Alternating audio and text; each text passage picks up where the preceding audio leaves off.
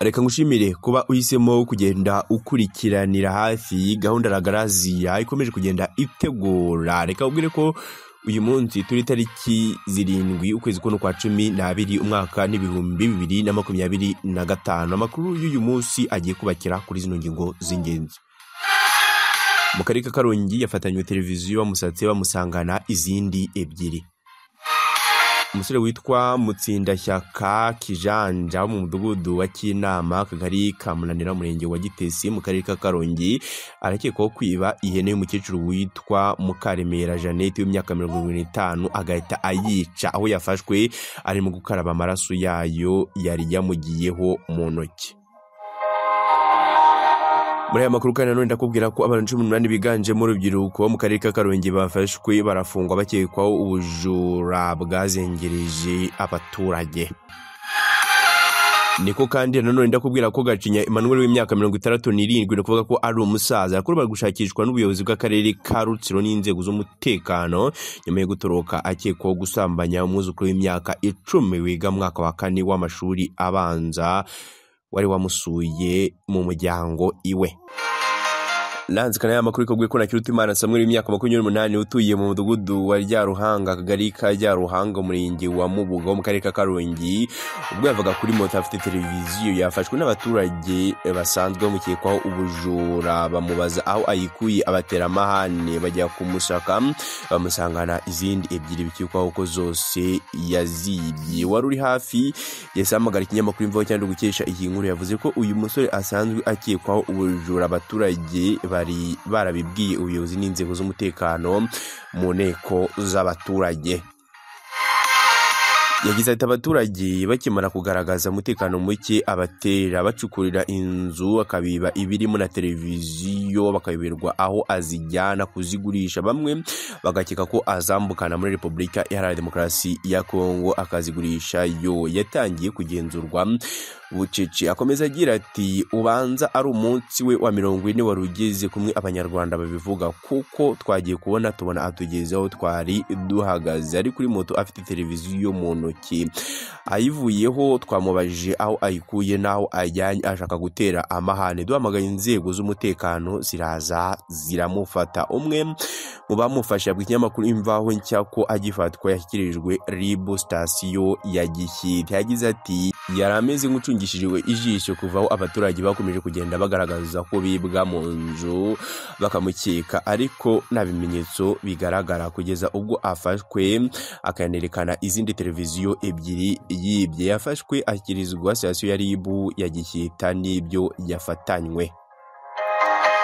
Rakabwire ko uwibwe izo televiziyo ebyiri yatumweho ngo azajya gutanga ikirego kuri RIB anazihabwe n'iyindi aravuga aho yayibye ubundi ishyikirizwe nyirayo. Umuyobozi w'akarere ka Karongi wungirije ushinzwe iterambere ry'ubukungu Nakirutimana Julienne yashimiye abaturage bakomeje kugira uruhare mu gutahura aba bajura, avuga ko bahagurukiwe nawe uzashaka kuvutsa abaturage umudendezo wabo abiba ibyo baruhiye ngo yihanganirwe. Yagize ati mu bihe nk'ibi byegereza iminsi mikuru isoza umwaka usanga abajura abasinzi n'abanywa ibiyobyabwenge bateza urugomo biyongera ariko natwe twarabahagurukiye. Yakomeje asaba cyane urubyiruko n'abandi bafite imbaraga kuzikoresha biteza imbere batagize ubabungamira naho abiriza amaboko mu mifuka bagategereza gukizwa n'ibyo bataruhiye. Bashatse basubiza amahirwe mu isaho kuko ingamba zarabafatiwe kandi nyinshi ntago bazigera babacika nk'uko babyibeshya. Mwemeje n'aya makuru kabwire ko umusore witwa Mutsindashyaka Kijanja mu mudugudu wa Kinama Kagari ka Munanira Murenge wa Gitesi mu karere ka Karongi aragukekwaho kwiba ihene y'umukecuru witwa Mukaremera Jeannette w'imyaka 25 agahita ayica aho yafashwe arimo gukaraba amaraso yayo yari yamugiye mu ntoki. Umuturage wo mu mudugudu wa Kinama yabwiye ikinyamakuru Imvaho cyari muri gukesha iyi nkuru ko babimenye ko Mutsindashyaka yasanze iyi hene mu rugo badahari, arayizitura aragitwara ayigejeje mu gihuru kiri hafi aho arayica ubundi ayihishamo. yakomeje avuga ko ngo kuko ayica amaraso yari yamutarukiye mu ntoki yagiye kuyakaraba ku kagezi kari hafi aho kitwa Mukorogero ari naho yahise afatirwa. Amagambo yagize ati umukecuru yayibuze aratabaza abaturage n'inzego zibanze baraza barayishakisha, bari kwishakisha basanze uyu mutsindashyaka ari kuri kariya kagezi ka Mukorogero akaraba amaraso mu ntoki. Baramufata avuga ko yibye ihene ari uko yica amaraso amujya mu ntoki akaba yari arimo ayakaraba.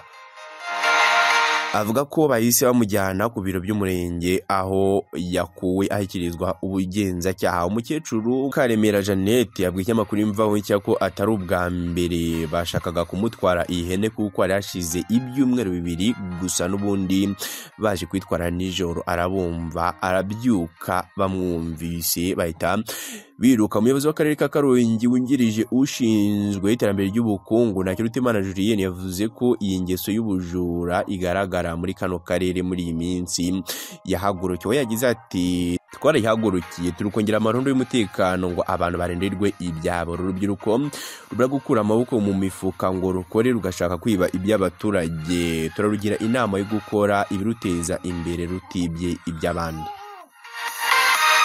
Yavuze ko aka karere karimo amahirwe menshi y'iterambere kandi urubyiruko ruhuzwa n'amahirwe ahari, uretse ko n'ubundi urumenyereye kwiba hari igihe ruhabwa akazi ukabona rudashaka kugakora, rwanagakora ntirutange umusaruro ufatika kubera iyo ngeso mbi yababayemo karande.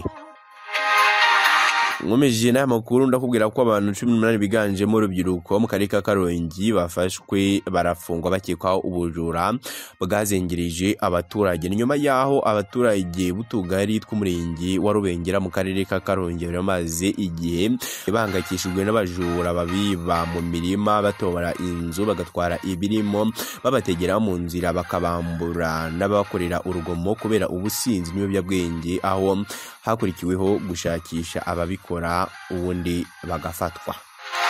Umuturage w'akagari ka Mataba muri uyu murenge yabwiye ikinyamakuru Imvaho Nshya ko muri uyu mukwabo rumaze iminsi mu tugari twose aho atuye hafashwe abantu bajya ku 18 bari barabazengereje. Yavuze ko batumaga waremye isoko atakare nta kigenda wenyine mu nzira kuko bahitaga bamwambura utwafite twose batanasize ibiri mu mirima. Yagize ati twari tumaze iminsi dutaka kubera abajura barimo abagabo bubatse basaga n'abataye ingo zawe cyangwa bazigeramo bwije cyane cyane bagiye kwiba, hakaba n'insoresore zitagira ikindi zikora uretse guhungabanya umutekano w'abaturage zibacucura. Reka ubwire ko gufata abo bikekwaho ubujura abaturage bafatanyije n'ubuyobozi bw'uyu murenge n'inzego z'umutekano zihakorera ndetse n'irondo ry'umwuga.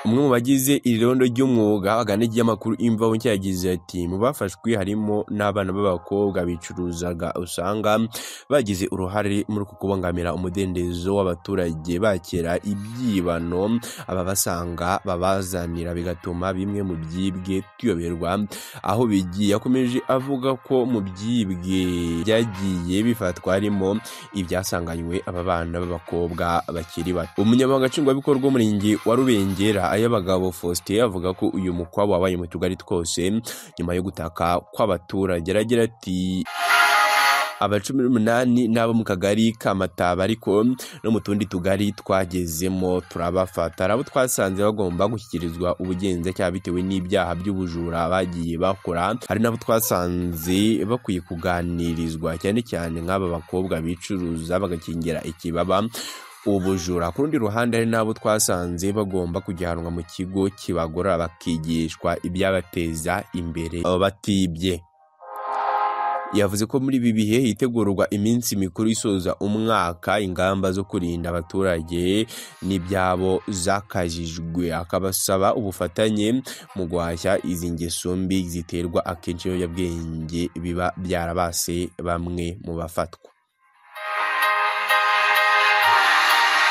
Ngomeza aya makuru ariko nanone ariko nyageza ku musozo ikabwire ko mu karere ka Rutsiro umusaza w'imyaka 67 rwagukekwa gusambanya umwuzukuru we w'imyaka 10. Gacinya Emmanuel w'imyaka 67 ari gushakishwa uruhindo n'ubuyobozi bw'akarere ka Rutsiro n'inzego z'umutekano nyuma yo gutoroka akekwaho gusambanya umwuzukuru w'imyaka 10 wiga mu mwaka wa 4 w'amashuri abanza wari wasuye uyu muryango we. Nibyabereye mu kagari ka Remera murenge wa Buneza mu karere ka Rutsiro. Muturanyi w'uyu muryango wahaye amakuru y'inyamakuru Imvaho Nshya yagize ati uyu musaza abana n'umukecuru we, uyu mwuzukuru wabo yaje kubasura nk'uko yari asanzwe abikora. Umusaza ahengera umugore we adahari, afashe uyu mwuzukuru we aramusambanya. Umwana yabanje kwihagararaho nawe amenya icyo sekuru yamukubise mu ivi kuko twabonye ryabyimbye, anamubwira ko natera amahane cyangwa akabivuga aramwica. Umwana abura uko agira harimo no kumutinya, ubundi aremera. Avuga ko umwana yahise ataha yangiritse ivi no ku gitsina. Kumutinya aremera. Avuga ko umwana yahise ataha yangiritse ivi no ku gitsina, abibwira nyina aho kujyanwa kwa muganga ngo atange amakuru, babigira ibanga. Ubundi mu muryango babungeramo ndetse barabiceceka, n'umwana baramucecekesha ariko akomeza kuremba. Akomeza avuga ko umwana yakomeje kuvuga ko akomeza kumererwa nabi mu gitsina n'ivi rikomeza kubyimba. Bamubwira gukomeza kwihangana, bamuha ibyatsi ngo araza kumererwa neza. Umwana yageze aho ababwira ko byanze, bamujyana kwa muganga ku kigo nderabuzima cya Kinuni, aho agira ati umwana ahageze abanza kuvuga ko ababara cyane ku ivi byo ku gitsina, abanza kubihisha. Muganga amwitegereje abona atari ikibazo cy'ivi gusa, amubaza neza icyateye iryo vi, nibwo kuvuga byose uko byagenze, ko ari sekuru wamugeze ahyo ari kumusambanya, ariko bari bamujije kubivuga. Muri icyo gihe nyina w'umwana wari wamuherekeje yarabajijwe, yemera ko yabimenye, yakumva byakozwe na sekuru w'uwo mwana agatinya ko ayo mahano yashyirwa hanze, ko yazasenya umuryango wose igihe sekuru azaba afashwe agafungwa. Yakomeje avuga ko uwo yari yabyongoreye amaze kumubwira ko nafungwa azakatirwa burundu kandi azagwa mu igororero kuko akuze cyane, bigakurura umwuka mubi mu muryango. Avuga ko aricyo cyatumye abihishira. Uwo mubyeyi ngo yahisemo kubiceceka, babyongera mu muryango bibwira ko birangiye, ariko kuko umwana yakomezaga kubabara no gutaka cyane babura uko babigenza. Ibindi byose bagerageje byanze, ubundi bahita banzura kumujyana kwa muganga. Amakuru yahise atangwa byihuse. Ubuyobozi bw'umurenge wa Buneza burabimenya, bugiye gufata uwo musaza usanga nawe amakuru yayamenye kare cyane, yatorotse n'ubu aracyashakishwa. Umwe mu muryango w'uyu musaza wagana inyamakuru Imvaho Nshya yavuze ko ari amahano abaye bwa mbere muri uyu muryango, aho yagize ati kugeza ubu umusaza ntituzi yahise atorokera. Ibyo avugwaho niba koko yarabikoze ni amahano arenze kamere atarigeze avugwa mu muryango wacu. Natwe turamushakisha, tubonye ntitwamuhishyira nk'uko bari babanje kumuhisha, natwe bakabiduhisha, twamushyikiriza ubutabera tukumva uko yiregura kuko birababaje cyane.